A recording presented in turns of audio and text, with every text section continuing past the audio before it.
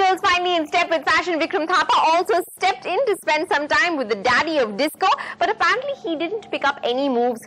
Here I was hoping that Thapa would hold an impromptu dance class once he comes back from this interview, which sadly did not happen. Okay, the film is called Houseful 2, The Dirty Dozen, and one of the songs in that film is called Papa Jo Band Bajaye. With me is one Papa Jo Band Baja rahe. Thank you so much for talking to us. Oh, what a great introduction. One Papa jo band bajayega. Two of the dads, which is you and Rishi Kapoor, have been great dancers of their own time. So how was it? Did you guys discuss anything this time? But we are friends actually. We have been, but he's my senior, so respect is there. And he has been a dancing superstar in his time. Then I became one. But there is no such thing called, oh, Chintu is there.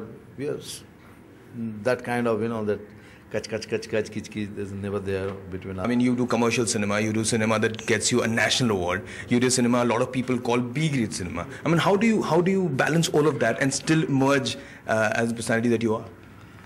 Well, that's why you asked me this question, because exactly. I balance so well. So how so for me, any film is a film. I never say that this is an art film or I get national award, this is B-grade film or A-grade film. To me, a film is a film. And when I do them, I do it my full, whatever I have inside me. Does comedy come naturally to you? Is this something that you enjoy doing like a lot? I mean, because we just saw you doing Golmaal. Golmaal was another great film for me. I think people have enjoyed it. And this time I'm trying something else. It's not like Golmaal. It is just exactly opposite of Golmaal. But as I said, these pranksters, they think I'm a fool, which I'm not. And they are on a run. Well, thank you so much, sir, for your words. It was a great pleasure talking to you as always. Thank you so much. Thank you.